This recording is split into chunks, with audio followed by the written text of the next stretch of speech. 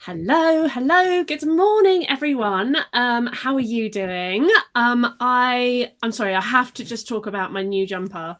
Which is Look, it has fabulous. strawberries and cherries. It's making me incredibly happy and cozy.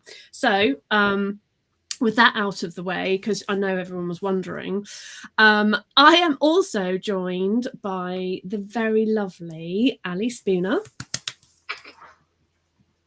I'm excited to have you on this morning.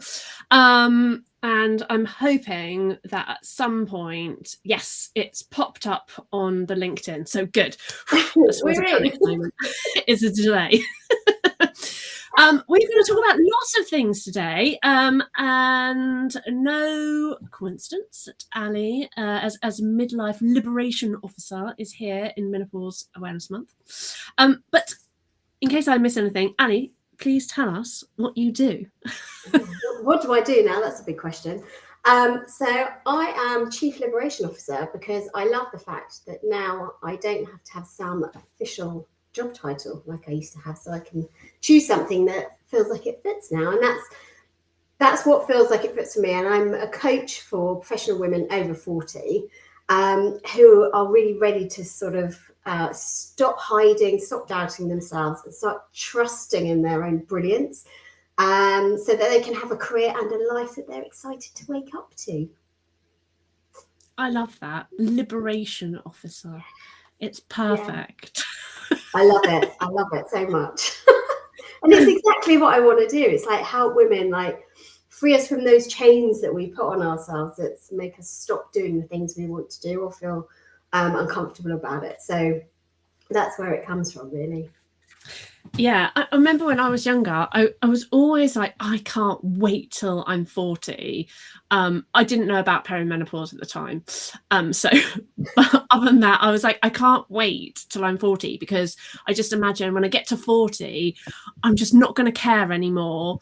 And, I'm just going to do what I want to do. And that is true. That has happened along with perimenopause, which, kind of takes the edge off that dream. Yeah. But Woohoo.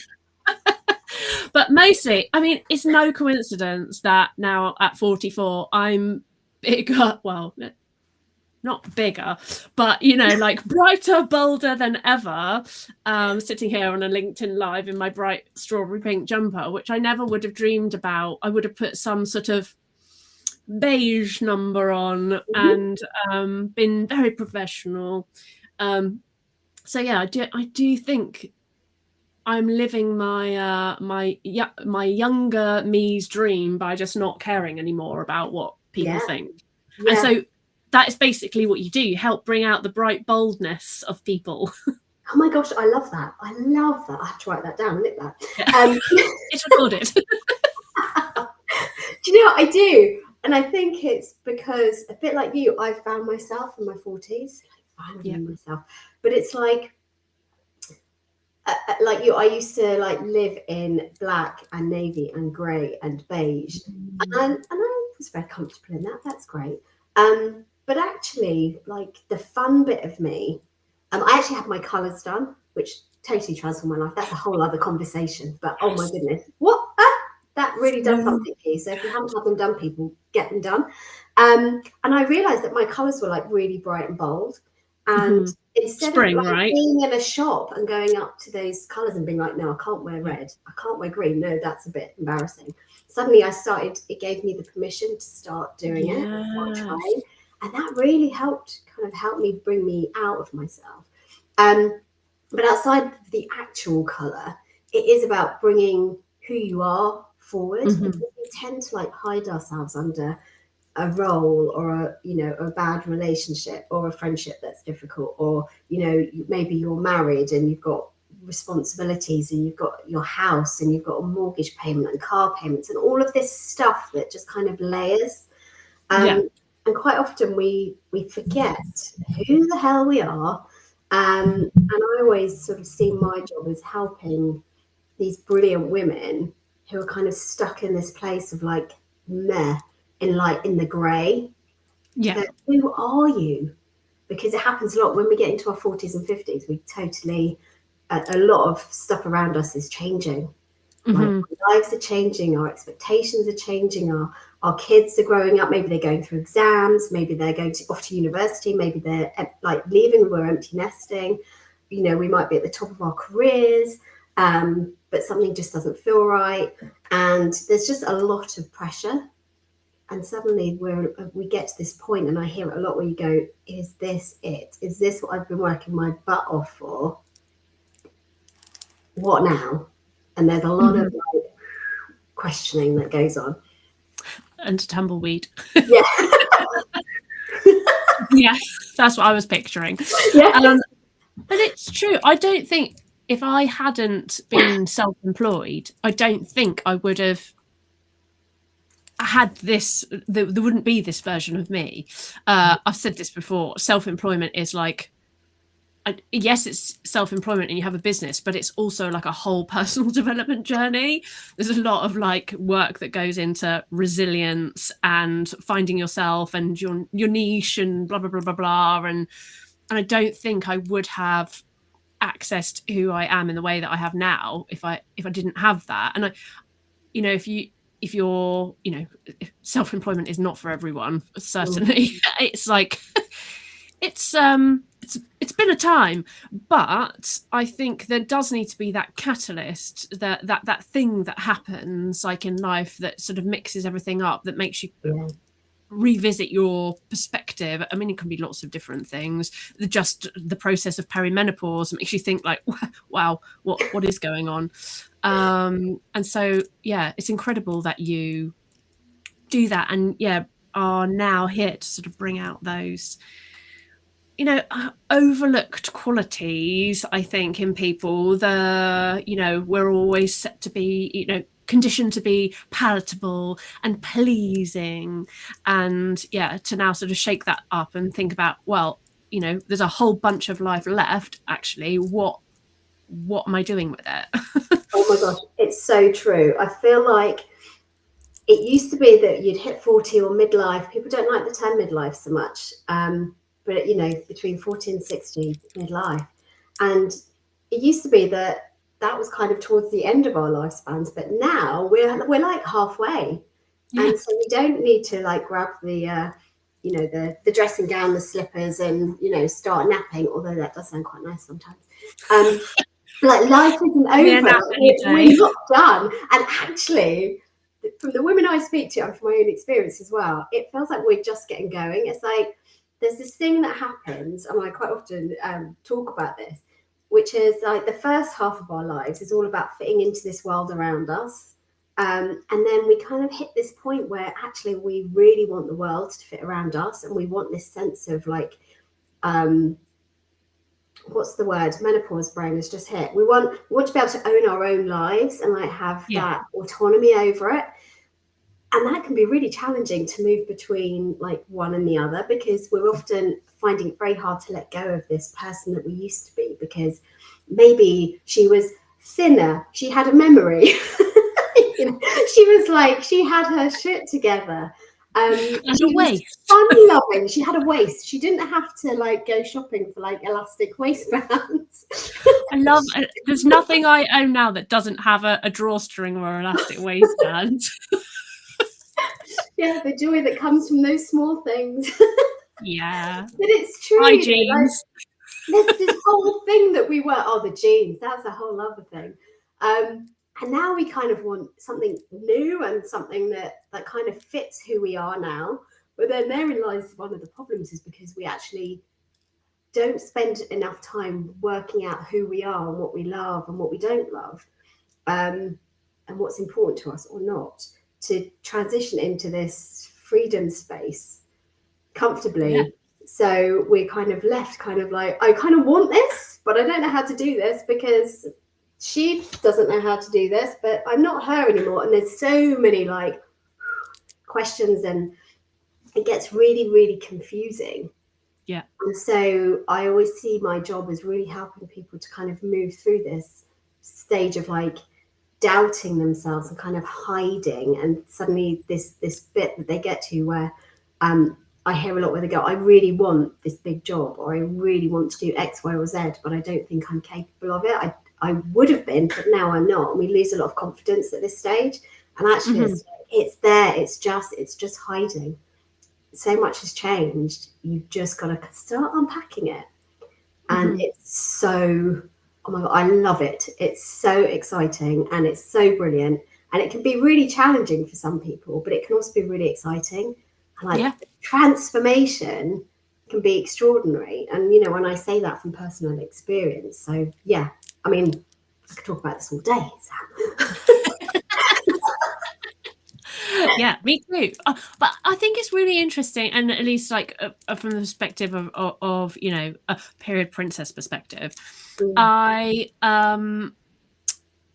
do think that there is such a lack of education and awareness around our own bodies growing up, and I think that sort of adds into this you know, we're not given the full picture, we're not given all the options, you know, we're not given all the opportunities, and we're not taught about our own bodies. And I think right from an early age there is this, you know, suppression, and you know, we're taught to be like not too loud, not too, you know, bossy, not too talkative, be, you know, all the people pleasing things. And I just think it's interesting. I love to ask the question. I think this is mostly because I can't remember my first period, and I think it's interesting. But can you remember your first period and what that was like, and that the how it was approached by the people in your life at that time? Yeah, I kind of feel like I can remember my first one, but I don't know whether that is like a real memory or not. But I was really lucky. So I grew up in a very open family. So my mum was a nurse, and she used to bring home all the pamphlets. So anything you wanted to be educated on, we got it. So it was all good. I also had an older sister who was much louder than me, very open. So I'd kind of already seen her go through this and start, and she was quite open about it. And she had very painful periods, and actually I did as well. And I can remember that I seem to remember my first period. I was at home, and it's that moment where you suddenly realise, and you're like, what do I do? And I do remember my mum being there for me with that. And I also remember that not knowing what to do, like, what do I do with this thing? Like, where do I put it? How often do I change it? Like this, like stuff that you just expect people to know, and we don't. And you don't realize until you're there. And I can remember all those questions going around in my house, like in my head, like, where do I put it? What do I do? What do I?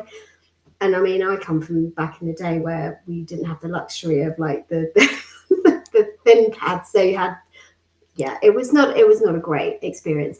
But also, I was a swimmer, so I had to negotiate swimming and periods.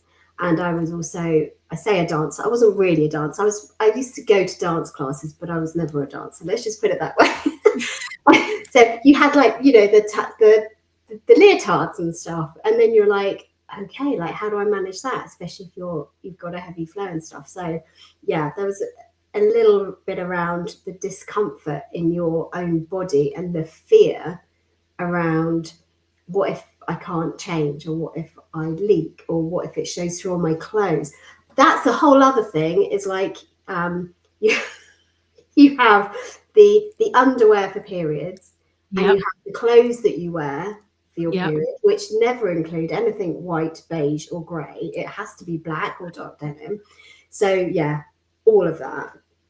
And everyone's got those, like, not period pants as in like the fancy period pants we get now, but the pants that you wear on your period, because then they're like ruined.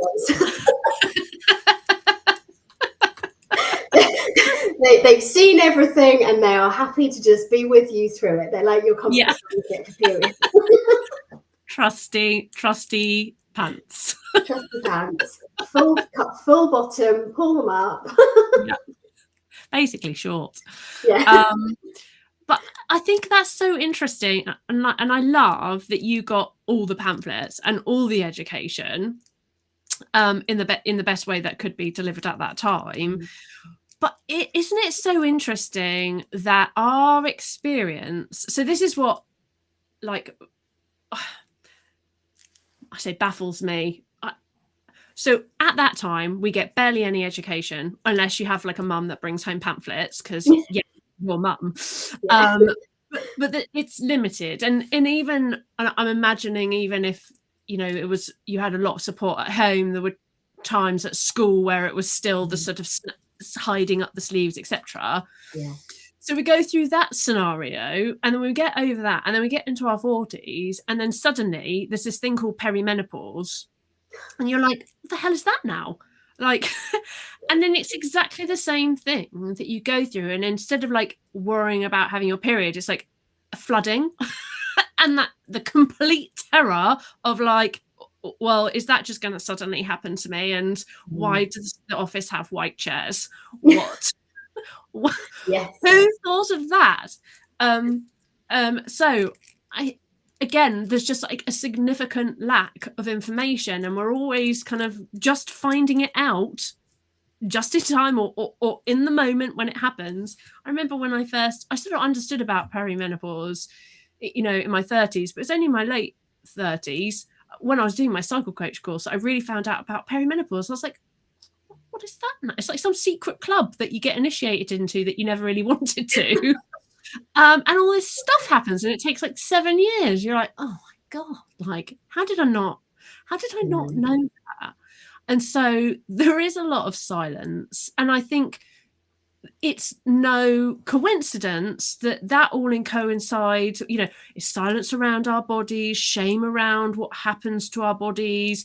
And so then that creates like silence around our wants and our desires. And what we want to achieve in life as well. I agree. And it starts so early. I mean, going back to school with the things that you're taught, I don't know whether you were the same, but it's like if you had any period education, the boys were all sent out. Yeah. I think it still happens now. Yeah. And you're like, those boys are gonna, maybe they'll get married, maybe they'll have a daughter. Like what do they know? And I just find it weird. It's like, how can we not feel shameful about, or shame about our bodies and what's happening to them, if half the population don't have a clue what's happening either? Like, we're all running blind here. So yeah, I think that is a challenge early on, and I don't know how you fix that, but I do think that there needs to be an element of being more open, like earlier. It's like, this is our body, isn't it bloody amazing? This is why it's doing what it's doing. It's not, I mean, it is a complete pain, like literally, but it is doing the most incredible job.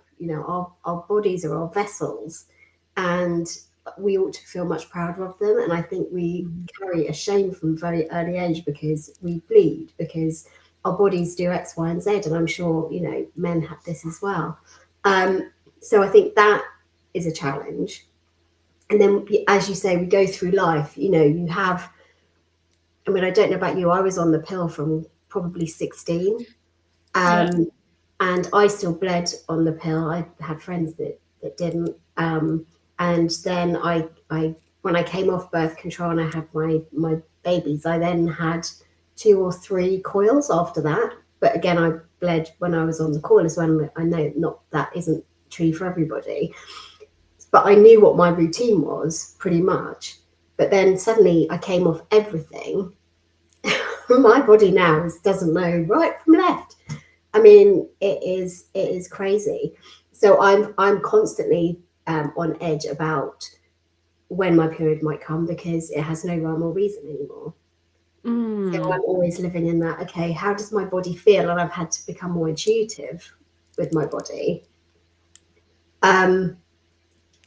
which is great, but also it kind of lands me in hot water sometimes, because it's like, you haven't got what you need when you need it. And the whole thing of flooding, I am really blessed that I haven't had that yet. But there is always that fear. Yeah. Like, because I haven't, but I've is heard. Is it just going to happen? When is it going to start? Yeah, it's like, what do I do? Like, what do we do as women if that's going to happen? Do we always have to carry around spare clothes? Like, Or just permanently wear like period pants, like the built-in pad, you know, just it's all always. right. We'll make everyone else feel comfortable by like not having that happen to us whilst we're out in public or something. And I think that's really challenging, because not only are we having to cope with trying to figure out how to like make sure that our families are happy and healthy, and that we are holding down this job that we have, and be a good friend and be a good mum and partner and all of this stuff. On top of all of that, you've got the perimenopause, and then the possibility that you might actually bleed at any given moment. I mean, it's not fair, is it, really? No. I mean, it's amazing, but and so yeah, and then we sort of like have this, I don't know, it's just always a little bit of what's the word? It's cycle day 7, people. I realise it's perimenopause brain in action. I didn't say that my words were going to be on point today. Spicy working memory, perimenopause and cycle day 7. Yeah.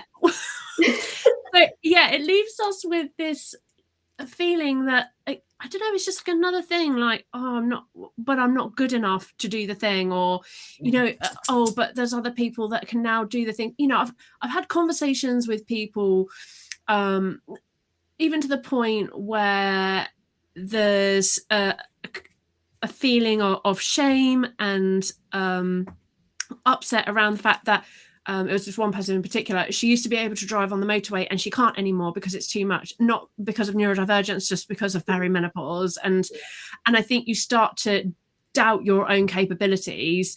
And in neurodivergent terms, I know that this has happened to me. My neurodivergence has has definitely been exacerbated by my perimenopause symptoms, and I can do the things, but I seem to like get to a point where, you know, I've spoken about this before, like I got the train into London, but then I had a meltdown trying to get out of the train station because it was all too busy and too much, you know, and it rocks your confidence. And we don't talk about that enough. And when things like that happen, you start to feel like you're a less than capable person, a less than capable professional, whatever, parent, partner, because things take more. So you doubt yourself. Can I do that big role? Can I make this transition? Can I leave my job? And I think that's why it's so important that, you know, like you're here to have these like conversations, because you do feel stuck at that time, and worried, and you see other people that are doing things that you used to be able to do far more seamlessly, and it does rock your confidence. Absolutely. And I think confidence and anxiety is so key in perimenopause. And it's not just then, but it's absolutely exacerbated by that. So if somebody is already feeling like this, this lack of confidence, this lack of self-belief, and then they get hit by, you know, hormonal changes and all of the stuff that is happening, it's like this massive explosion. And it can hit really, really hard, because you start questioning everything about yourself. We start beating ourselves up for, you know, this whole idea of not being good enough. And it's like, well, what is good enough? Like, what does that actually mean? But when you're already low and you're feeling like this, just, I sort of put it akin to a bit like Wallace and Gromit, the wrong trousers. Like, you suddenly feel like you're in the wrong, like, I don't know, that the wrong infrastructure. It just, nothing quite feels right. And that is a really uncomfortable place to be, because you start questioning things that are maybe okay, or that they are right. It's just lots of other things have changed around you and you haven't kept up. So it is trying to understand, like, where's it all coming from? Like, is it because hormonally you're unbalanced, or is there something else going on, or is it both? You know, and there's a lot in that. And I think quite often I will ask my clients when we start working together, and they present things that could be perimenopausal, is like, have you seen your doctor? Are you on HRT? So I kind of know a beginning point, because I'm not an expert in perimenopause, but I also know that a lot of these things that we feel during midlife can be because of that. Not only, but can be. So kind of having that starting point and knowing whether somebody is already going through that. And so there's a lot of unpicking to do. Is this a hormonal change, or have you been feeling like this for much longer than that? because quite often there's like this misalignment, you know, between who you are trying to be, or that mask that we have, and not in a necessarily neurodivergent way, but we all have a mask that we put on. We go to work, we become this professional, you know, person who speaks, especially in corporate, right? You put the mask on, you speak in a completely different language to most normal human beings, right? When I look back at it. And when that comes off, it's like, well, who am I? Like outside of that person that I'm portraying to everybody, who am I? And I felt that absolutely when I left corporate, because I realized that my success or my feeling of success came totally from having this job at this big corporate, because I was being paid really well. I was working for brilliant brands. I was actually really happy for the majority.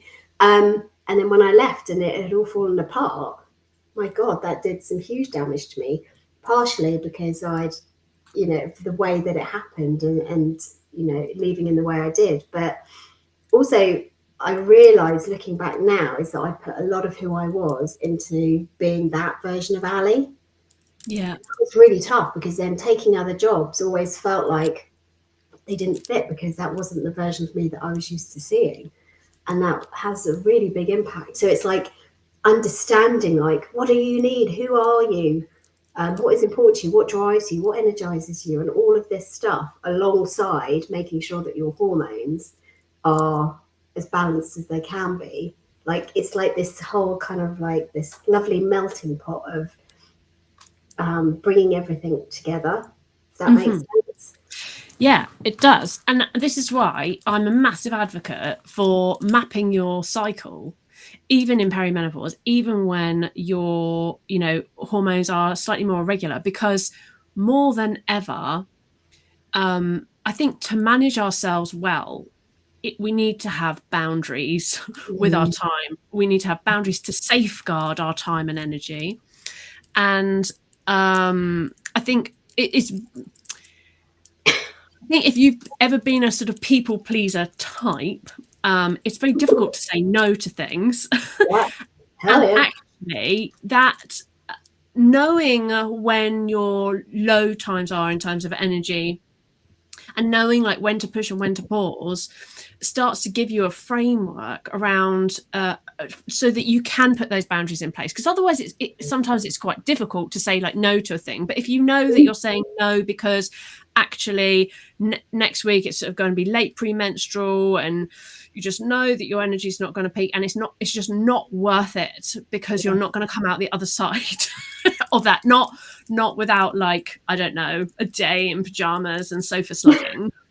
And so that framework kind of gives us permission. I think that's sort of like a really important thing. And I know that you also talk about this saying no without the guilt.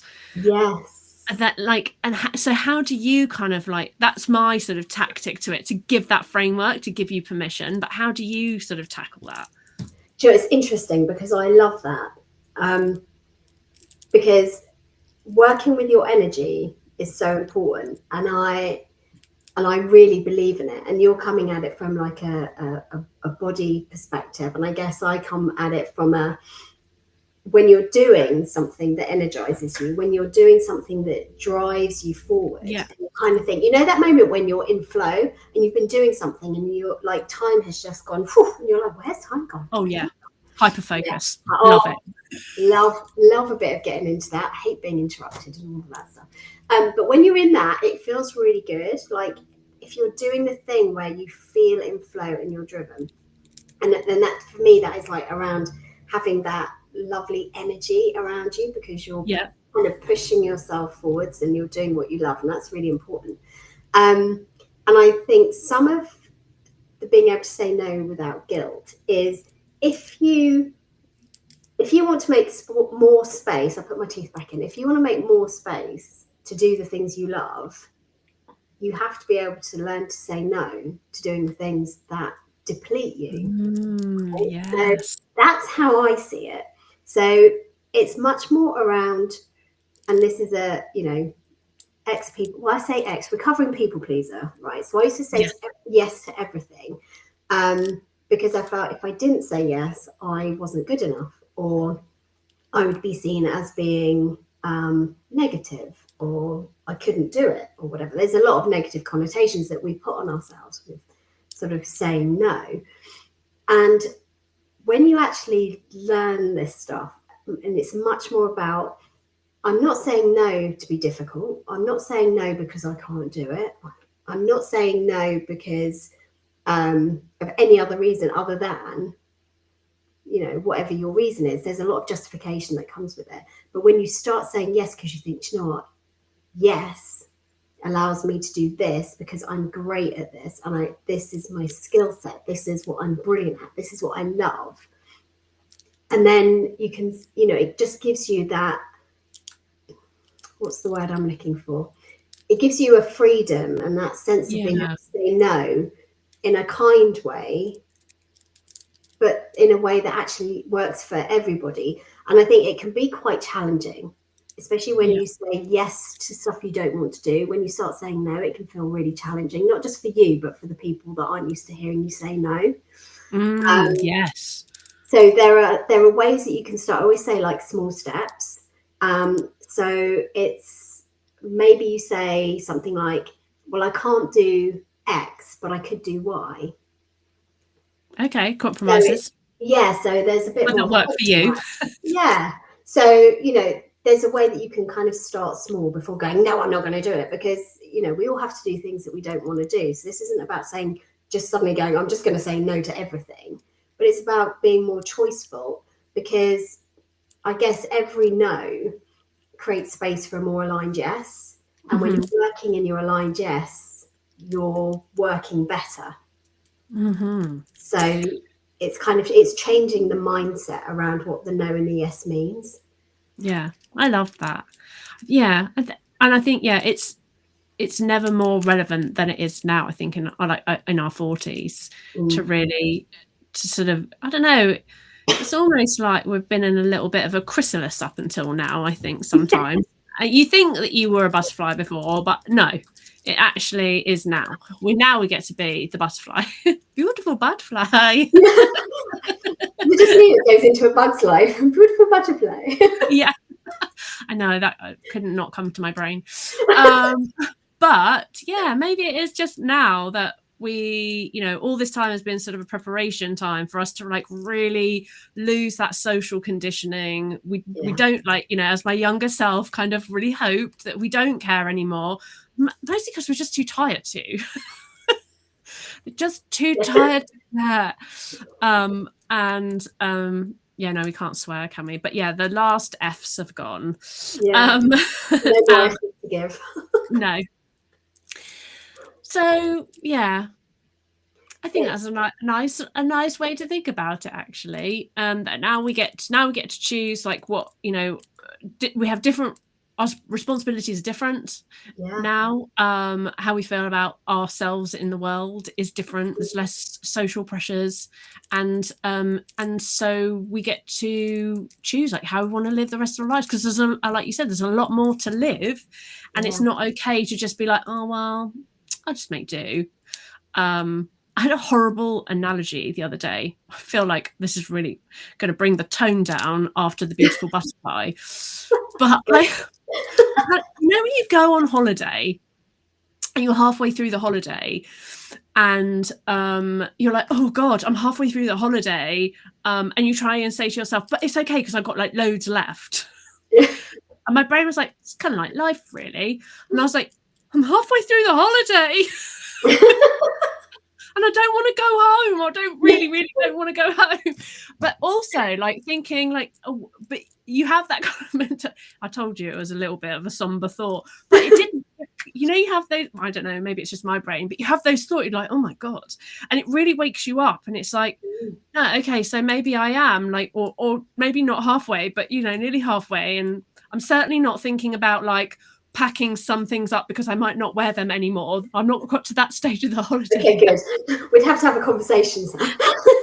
No, I'm still like, what else can I buy and legitimately take home in my suitcase? I love that. Yeah. This metaphor has many levels. Yeah, I'm getting that. But, you know, what I'm saying is there's a whole bunch left of the holiday, and there are still, I don't know, day trips to be had and more things to buy and more experiences, and it's not over. So we have to like really consider like how we want to spend the rest of the holiday. Oh my That God. sort of thing. I love that analogy so much. I might have to hold on to that one again. Oh, you're giving me some good stuff today. Because it is so true. Like, we can feel really stuck. You get 40, 45, 50, and you're suddenly like, oh, well, if this is it, this is what I've always done. So this is what I've got to continue to do. Yeah. And it's like, well, if you sat on the beach for the last 3 days, that's fine if you've enjoyed it. But it doesn't mean to say that you have to sit on the beach for the next 3 days. You could, like you say, go and have a day trip. Go and do some snorkeling or do something a bit different, you know. Don't go and get a tattoo, maybe a fake one. But there's so much of life left. Yeah. And it really is. There's just so much power in like going inwards and getting to know yourself again.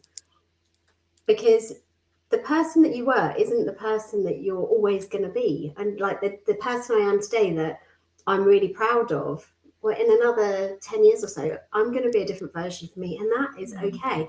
But you have to learn to embrace that. You don't have to stay this same person. And that's part of the fun of life, right? You can evolve. That's what we do as human beings. We're constantly evolving. So it's like, what is my next evolution? Like, I think a lot of people are scared because they think, I call it like pushing the red button. It's like that moment where you think, oh my God, I've just got to blow up everything and start again. And that's really frightening. And actually, you don't have to push the red button in some kind of massive Jerry Maguire, who's with me, or whatever it is he says moment. You can kind of start thinking about, okay, well, what's happening with me now? And then to the side of that, you can start thinking, okay, what do I need to do to make this a little bit better every day? Yes. What's missing? And you start asking yourself those questions. And then it's like a snowball.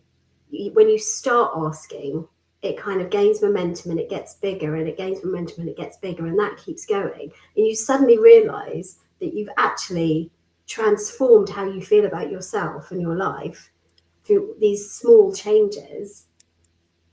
And it's amazing. And some people do want to press the red button. And do you know what? If that's what you want, then that's fine. And I'm absolutely here to help you do that.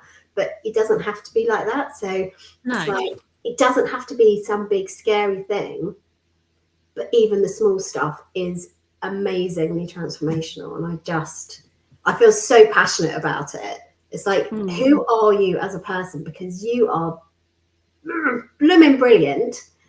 So how do we bring that out of you? Like, don't just stick, let's not be beige and meh. Let's be like your full, going back to the beginning, like your full, brightest, colourful self. And who is she? And then let her, come to the forefront, I think that's a brilliant last thought. Thank you, Annie. I just saw Amy's message. Well, this took a dark turn. Yes. Weird, please. I just can't not say the thing in my head. It doesn't work. It doesn't work like that. Just in the head, out of the mouth. So thank you, Annie. I really have loved having you on. I know we could talk for so much longer. Yeah. Is there anything? What are you working on? Is there anything you want people to know? Where can they find you? Yeah. So the best place really to find me is LinkedIn. So you can send me a DM on LinkedIn, and I would love to chat to you. If you're feeling like you are living a life that just is not giving you like all the feels anymore, let's chat, because this is what I do. This is what I, set myself forward for. So yeah, give me a bell. Let's chat. And I've forgotten what the question was now, Sam. I've got one of those. You saw me glitch live. This is the reality, people. This is the reality of perimenopause. You start talking and you forget where you're going with it. I think that was it. Just where can people find you, and do you want them to know anything else? I think you said it beautifully. Find me on LinkedIn, and really, I guess my last thought is, with regard to the liberation is you can't liberate yourself from a life you're pretending to love, and stop pretending. Like, if you feel like you're there, let's do some work, let's get this done and transform your life. So yeah. Thank you, Ali. Thank you, everyone that's listening. Oh, yes. Thanks, Sarah. Yes, we did bring it back, though. Oh, hilarious. Be professional now, come on. Never. Thank you, everyone who listened. Thank you, Ali. And we will see you